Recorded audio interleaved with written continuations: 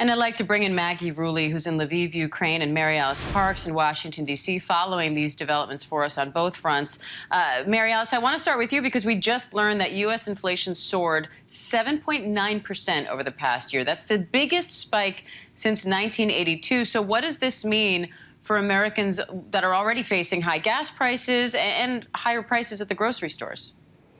Yeah, Dan, like you said, inflation now at a 40-year high. Americans are feeling this, especially when it comes to gas prices. We know that gas prices have rose about 24% in the past month alone. And obviously that impacts people not only when they're filling up their own tanks, but also it has trickle-down effects to everything else. That impacts the price of food as delivery truck drivers have to spend more and grocery stores just have to spend more to stock their shelves.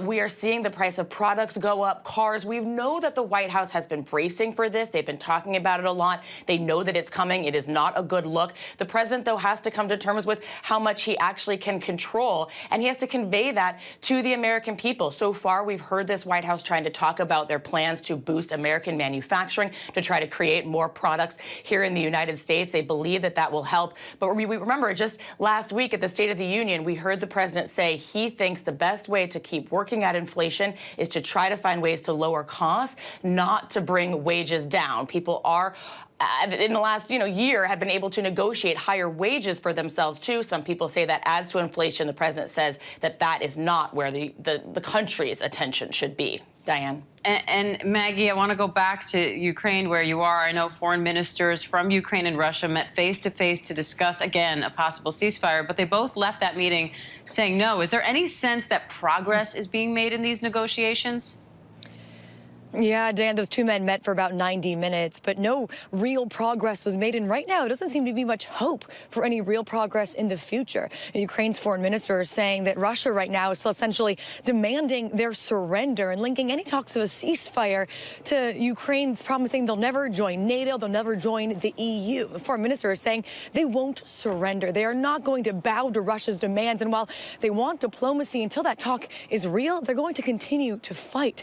Now, for Russia's part, the Russian foreign minister is saying right now that they want serious answers from Ukraine on their proposals. They're also promising they will not attack any NATO countries. But Diane, today they also said they never attacked Ukraine. Now, clearly, we know that is a lie. So it is tough to trust anything that may come out of these meetings. And, he also went on to say this, Diane, was something Americans should pay attention to. He said that anyone giving weapons to Ukraine right now should be, quote, ready to face the responsibility of consequences. So some big warnings coming out of that meeting as well.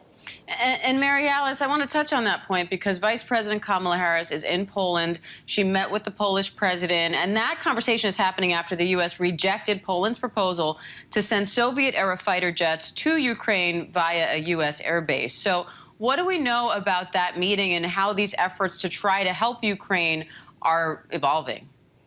Yeah, Dan, you'll remember that the U.S. was really blindsided by that move from Poland. Poland offered to turn over the planes, but turn them over to a U.S. military base. And the United States just saying that they were not going to do that. They did not want to be involved that directly, have U.S. troops facilitating the transfer of these planes from a U.S. military base.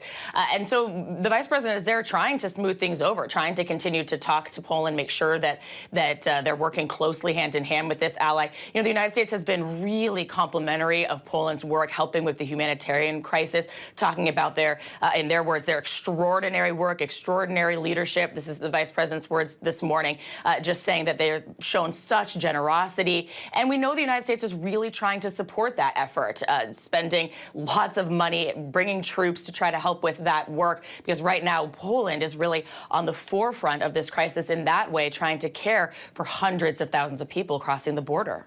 And Maggie, we're now hearing about what looks like ramped up attacks on civilians. Humanitarian aid organization Samaritan's Purse, I know, opened an outpatient clinic just outside the train station in Lviv. And it seems like Lviv has become somewhat of a travel hub for refugees trying to find safety. So I know you're there in Lviv. What is it like there right now?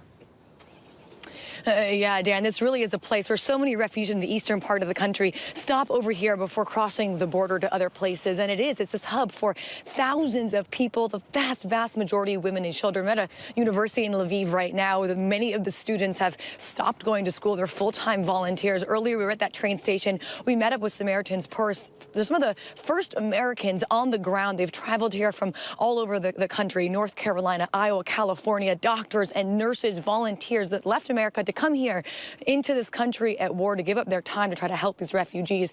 We spoke with one nurse who's from Iowa, and she said she's been with Samaritan's Purse for years. She's gone into so many disaster zones, but she said this one's different. It is entirely man-made. She said something, Diane, that just sticks with me. She said when she's been looking at patients coming in, she looks in their eyes and they're shell-shocked. They're just haunted. And it is so painful to watch. She says right now, these thousands of people coming in, these long, dangerous journeys from towns that we've seen have been bombed and shelled. They're in need of just basic medical attention. Many people left medicines behind that they need to survive. So the day-to-day life is important, but they're also preparing for the worst. They're setting up a field hospital. It's going to be opening in a few days, able to take 15 surgeries a day. It's in a parking garage of a mall. So Lviv is hoping for the best. It's relatively peaceful right now, but they are preparing for the worst and this war coming here as well. All right, Maggie Rulli in Lviv, Ukraine. Stay safe, Maggie, and thank you to Mary Alice as well. Hi, everyone. George Stephanopoulos here. Thanks for checking out the ABC News YouTube channel. If you'd like to get more videos, show highlights, and watch live event coverage, click on the right over here to subscribe to our channel. And don't forget to download the ABC News app for breaking news alerts. Thanks for watching.